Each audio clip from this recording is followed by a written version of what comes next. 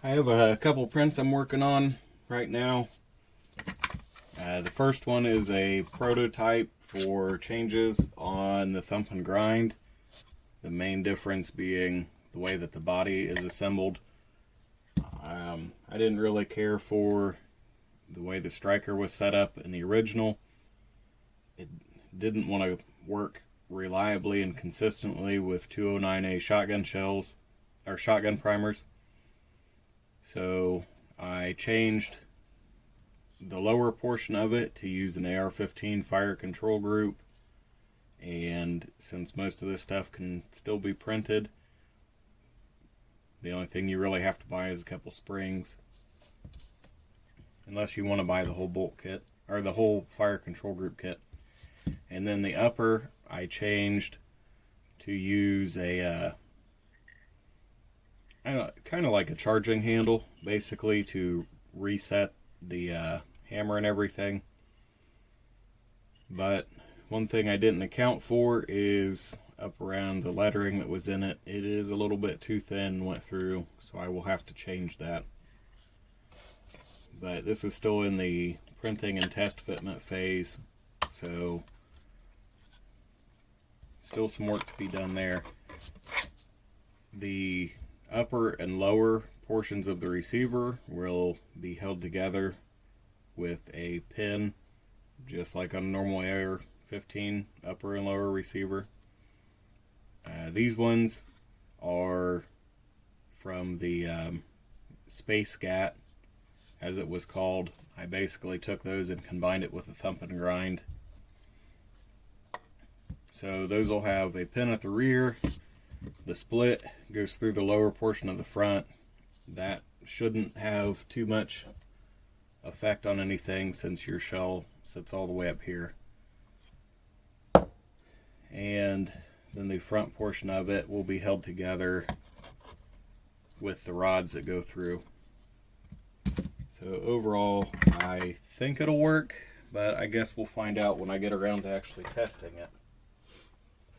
The other project I'm working on is the Space Gat.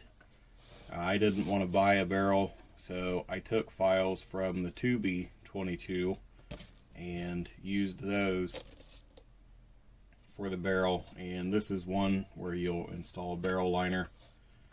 I do still have to get a parts kit for this, but overall assembly is pretty easy.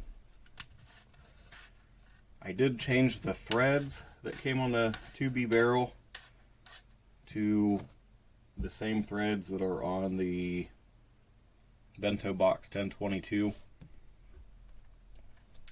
The bigger threads print easier and seem to be a lot harder to strip out than finer threads.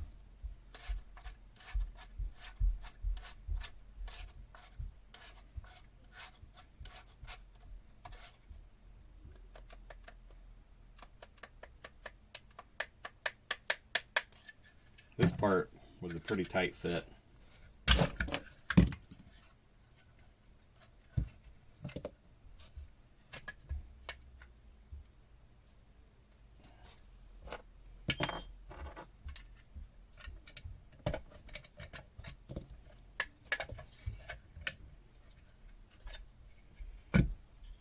But everything seems to have printed well.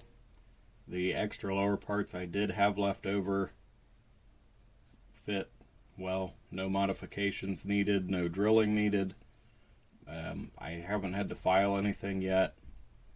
So overall, the Space Cat seems to have turned out pretty nice. The only area I did clean up a little bit was around the grip, and I wouldn't say that that had to be done, but it makes the grip slide on a lot easier. And when you're dealing with the little springs and everything for the detents, it just, in my opinion, is nicer to have something that slides on real easy. So we need to get some parts ordered, and we'll have those on the way. I do have, I think, everything printed for the 22 LR magazines. I don't even have this one cleaned up yet, but I did do some sanding in here. I was having some issues with my extruder, and these didn't turn out the greatest. I've since went back and fixed it, but we'll try these out anyway and see how they turn out.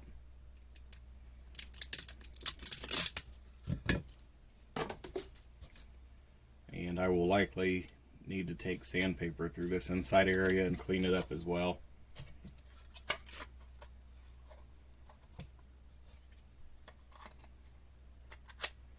But they fit, so I think they'll work out alright.